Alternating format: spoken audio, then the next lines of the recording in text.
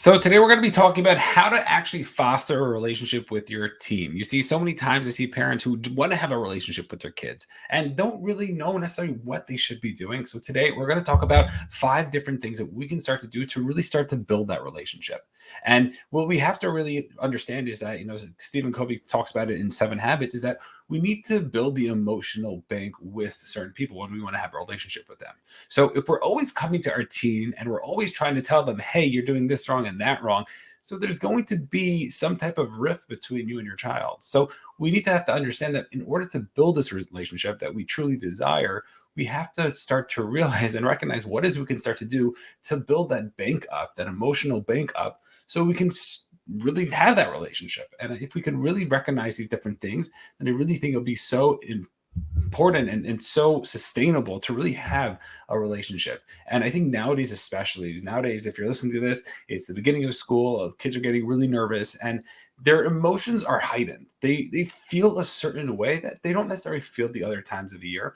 And there might be some social pressures. They are going to meet their old friends, or maybe they're going back to school with a kid who really picks on them, or maybe they're coming, from the summer and they really grew in one certain area and they can't wait to show it off. And they're a little bit nervous about what that's going to look like. And I think there's all these different areas that kids come into the situation with, and we have to recognize where they're coming from. Because sometimes they might be quote unquote acting out, or they might be doing things that aren't necessarily them, but they're just trying to figure it out. I think as adults, we know that we're also trying to figure this thing out. We're trying to figure out how to be a parent, how to, do well in our businesses, how to, do well with our health. We're trying to work out all these different pieces. And if we could realize that our kids are also trying to do that and give them more benefit of the doubt in terms of what it is that they need to be doing, then I think we'll really be able to see so much more and see beyond what is really going on. And I think it's so important because I think as a parent, we desire this relationship. And as a child, they really want to have this relationship with us. Sometimes it's just harder for them to actually express themselves that way. But we have to try to figure out what is it we can start to do to open up that gate. Because although our child might be doing certain things and might not be opening up the gate, however, we have to realize, you know what? We have to do certain things to allow that. And we have to pick up the patterns with our kids. And I think every kid's going to be different. You see, I have a 5-year-old who went on the bus for the first time. And for me, that was like a big deal. I ended up saying, Bennett, like, who the heck are you talking about teens when, you only got a 5-year-old? And the truth is, like, I've been working with teens over the past decade. So I have quite experience on terms of the kid side of things. And thank God I've been working with adults and see their side of things. So I think I see both sides of the gap. It's not just me, talking or trying to figure this stuff out, but I actually understand where the teens are coming from. And I understand, the parents, where they're trying to come from. So we have to realize that, when going back to my 5-year-old. So my 5-year-old came over to school for the first day, and I started like hounding him, like, "How was school? What's going on? Well, who did you sit next to on the bus? What's happening?" And it was so interesting. Like, he totally shut down. Like, he didn't give me anything. He's like, "I'm not telling you anything." I'm like, "Come on, give me like one thing." He's like, "No." Like, "Give me 100 things." He's like, "No." And like, he was like so anti it, and it was so annoying because as a parent, I want to know what's going on. But then later on that evening, about 2 hours later, when he was like getting ready for his shower, he started, like, I could tell he was like a little bit more like not really focused on like the conversation. He was like playing with some toys, and then I started like asking him questions. I'm like, "Oh, so how was your English class today?" And he started telling me a little bit. I was like, "Oh, he's telling me stuff," and then I just kept prying and asking questions and asking questions and asking questions. And then we literally spoke for like 45 minutes about his first day of school, what happened on the bus, how it was so rowdy, and how his bus driver was mean to him because they said they were going to give assigned seats and all these like funny things that were going on. But I was able to finally speak to him. So there's a couple of things we can learn from that. Number one is that kids have their own time when they want to open up. When they're first coming home, I think they expect their parents to be handling them, to be asking them these questions. But if we could realize, what, let's see, like, when they're ready, when they're like kind of calm down and settle, then you can actually refocus and really see what's going on. And I think as parents, we know that too sometimes. Like, maybe we came back, we went to an event, or maybe we did something that was very exciting and very high energy, and then we come back, we just like need to decompress before we can actually talk about it. So kids too, when they come home from school, they need to like just decompress. They need to chill out sometimes. They need to just like be by themselves. And like, that's totally fine. And we need to figure out which kids need that space. And maybe other kids are like, "No, I'm going to tell you about my whole day from the beginning," which is awesome. So recognizing that, I think, is going to be really important. And then the other thing we need to learn is that there are times that we can really speak our child, but then also realize that sometimes we don't have the timing right, then it could be more detrimental. So in the beginning, like I try not pressing too much on my child, and because of that, I think I was able to in the back end try to figure out, and hear what was going on. So we have to realize all these different things when it comes to our children, and we have to just find out the patterns. How is it that they work? If we can see how it is that they work, then we can actually start to utilize whatever it is that we're going to be utilizing in order to pull that out. And if you stay to the end, actually, I'm going to give you a quick tip in terms of what is you can actually start to do, what questions you can ask. That'll be a really cool framework that you can start to use in order to really pull out that stuff. So the first thing I would say in terms of actually building a relationship with your child is we have to listen to our children. I know it sounds crazy, but many parents don't even listen to their children. They hear what they say, and then the parents spit back their opinion, or their kids ask them a question, and then their parents give them an opinion. And many times the kid doesn't know how to express themselves, and they might be saying something, but we have to understand, and we have to like be a little bit of like a ninja over here and recognize what are they really saying over here. And if we could start to understand that, if we start to actually listen and empathize with our children, then we can actually start to really see what's going on. And a cool technique that you can do is you can actually just mimic the last couple of words. Chris Voss talks about that with his negotiation techniques, that if you just mimic the last couple of words, they're going to continue to speak. How was your day? My day was okay. It was, my teachers are solid. Like, oh, your teachers are solid. Yeah, I really like my math class. Science isn't so great. English is a great teacher. I'm like, oh, English is a great teacher. Yeah, like we're really going to, learn a lot of really cool stuff this year. I like the books that they're going to be, going over and whatnot. And it's something that's going back to reality, right? It's really something that I think if we can start to utilize, and we can really start to pull things out from our children, and we don't have to be nagging. We don't have to be having these arguments with them or be telling them, telling them what to do. And I think most parents come and they want to help their children. So they want to tell them what it is that they could be doing, but sometimes they just need to be heard. They just need to be listened to. And if they ask a question, it's like, oh, that's someone should tell me more about that question. Like the quote unquote, tell me more. If you said that as a parent, that is like giving them the opening. You're like opening up the floodgates for them to just open up to you.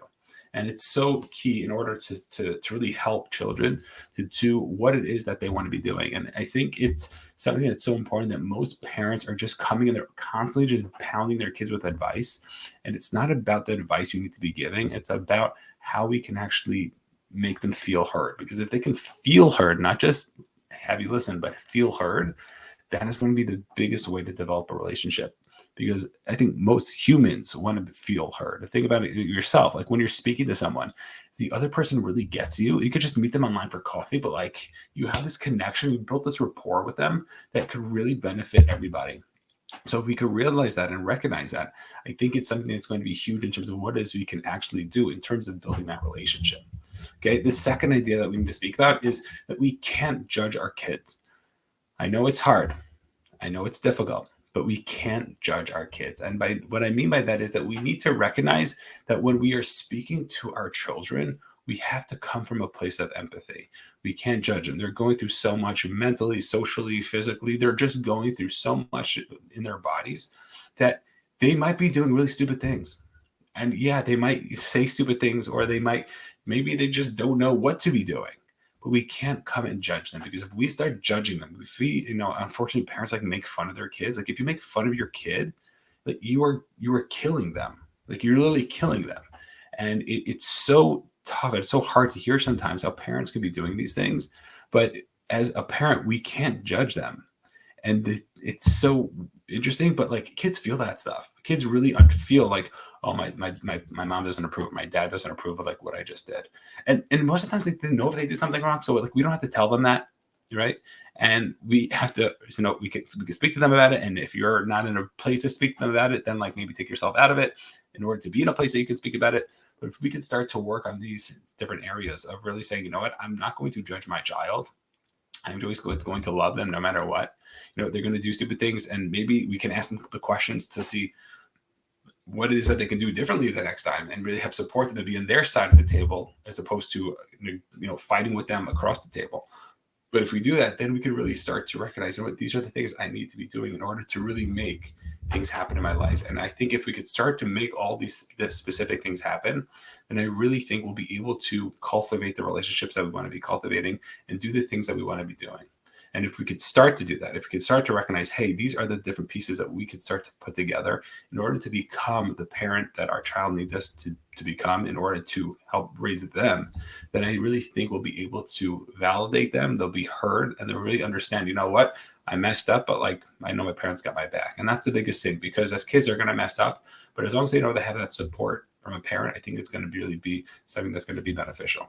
The third idea that I want to speak about is really just giving space. You see, so many times parents come to a situation and they're like hovering over their children, like the helicopter moms that people talk about. Like, they're just not giving them their space. And sometimes we spoke about this like earlier, but we just need to like let our children like have their time. You know, whether it's when they come home from school, or whether they're just doing their work, or whether, you know, it's socially they need to be doing something, whatever it is, we need to figure out what our kids need, and then also be able to put that in there and really see what it is that they're coming from. And if we could do that, if we could say, you know what, my kid just needs some time right now, like he needs to like maybe watch a show or something. He needs to, you know, just go on his phone for a few minutes to just see what's going on, just to give him that energy. We don't realize what kids go through. Like, just think about like what you went through when you were a teen, and how much of what you went through your parents like knew about. Like, probably not a lot. So the kid also like is going through a lot, and they're probably not telling you everything that's going on. So you might think that everything's fine, and then it's like, you know, they're getting bullied in school, they're getting made fun of, or, you know, they have a friend who's like, you used to be their best friend and now they're just not speaking to them, or they're giving them the cold shoulder, or whatever it is. And I think it's really important to recognize that we have the ability to be there for them. So when we do give them the space, and it's like they're making that 10% move, then we could like move in. We can really help them out with that. But if we don't give them the space, then they feel like they're being pressured into it. And when they're being pressured into it, it ends up not working out. And it goes back to the piece. Don't be the advice monster. Don't just start giving them advice when they start asking you. Ask them to just explain themselves. Ask you a question. Tell me more about that question. What else is going on? If we can start to do that, then we could really start to really figure out what it is we could be doing. The fourth piece is we need to put our ego aside. You see, I think so many times parents end up messing up because they said, my kid, in the ideal sense, should be doing X, Y, and Z. My kid should be more respectful. My kid should be doing something. You know, my kid should come to me. I don't have to go to them. And I think back in the day, I think that was more acceptable. But unfortunately, I think nowadays, you know, I think first of all, I think parents are just haven't gotten their kids to that level at that time. Meaning, okay, maybe like a kid should be more respectful.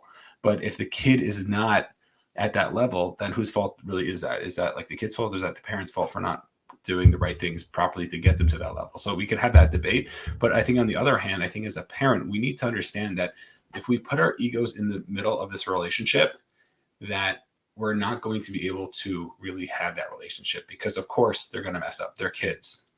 But we have to realize sometimes we need to take our ego out in order to have that relationship. And if we can move our ego out and we can actually get closer with our child, I think that's going to be more beneficial to everybody. And that is something we need to recognize, that too many parents are putting their ego and their pride in front of their relationship. And I really think it should be the other way around. Yes, there should be boundaries. Yes, there should be rules. And yes, there should be respect. And they should have respect for you as a parent. But to also understand that if we're sacrificing our relationship because of our egos, it's probably just not worth it. And you need to ask yourself a question, and maybe speak to a friend or speak to a mentor or somebody, a spouse, about what's really going on here. Is this my ego talking, or is this something that is really going to be beneficial? But to recognize if we don't have to sacrifice our egos for that relationship, then I think it'll be really beneficial for the relationship itself, because the relationship should be number one. And if you could cultivate that relationship, down the line, it's going to be worth it more for whatever is going on. And I think the fifth thing is we also have to recognize is that teens need clarity. They need specific rules. They need specific things to be spelled out to them. And if we don't spell things out to them, then they're not going to know what to do or what to expect. And most times within relationships, within really like anything in life, it's because the expectations are off. So if you are think your kid knows something and they should know something, we have to spell it out to them, because fortunately kids are like, their brains are everywhere, and if we don't spell things out to them, then they're not going to be the same kid that we think that they're going to be, or who we want them to be. And if we could start spelling things out to them in a way that they can actually understand what we're saying, in a way that shows we care, in a way that puts them and gives them rules and boundaries, then guess what? Then we'll be able to really help guide them through this thing called life. It's our job as parents to help guide them and to give them those rules, and to, put those bumpers on, possibly in the bowling alley. Because if we do that, then like at least they'll go down. They're going to hit the side, that's fine, but at least they're going to go down the alley. And that's like the whole point, is really help them get to that next point. And if we could do that, then we'll be able to really help understand what it is we need to be doing. And I think if we could try to really understand these things, if we could start to understand our children, if we could start to not judge them anymore, if we could start to just give them some space, put our egos aside, and really just spell things out for them, I really think that we're going to be able to start building that relationship. And, at the beginning, I said, I'll give you guys a tip in terms of what questions you can ask your kids, or really a tool that you can use, is that we want to ask open-ended questions to our children. You see, coaching is very much like parenting. And I think as parents, we're quote unquote coaching our children. And as a coach, one of the things we need to be doing is we need to be asking more questions. We don't give answers, we give questions. And what we can start to do is we can start to ask questions to our children. And if we ask open-ended questions, which are questions that start with the word what or how, then I really think it'll be beneficial for us to be able to help delve in with our children, and really help them figure out what it needs to get done in order to really start to step into the things that they need to step into. And we all have this ability. We all have the possibility of building these relationships. Our kids want our relationships. We want to have that relationship with our children.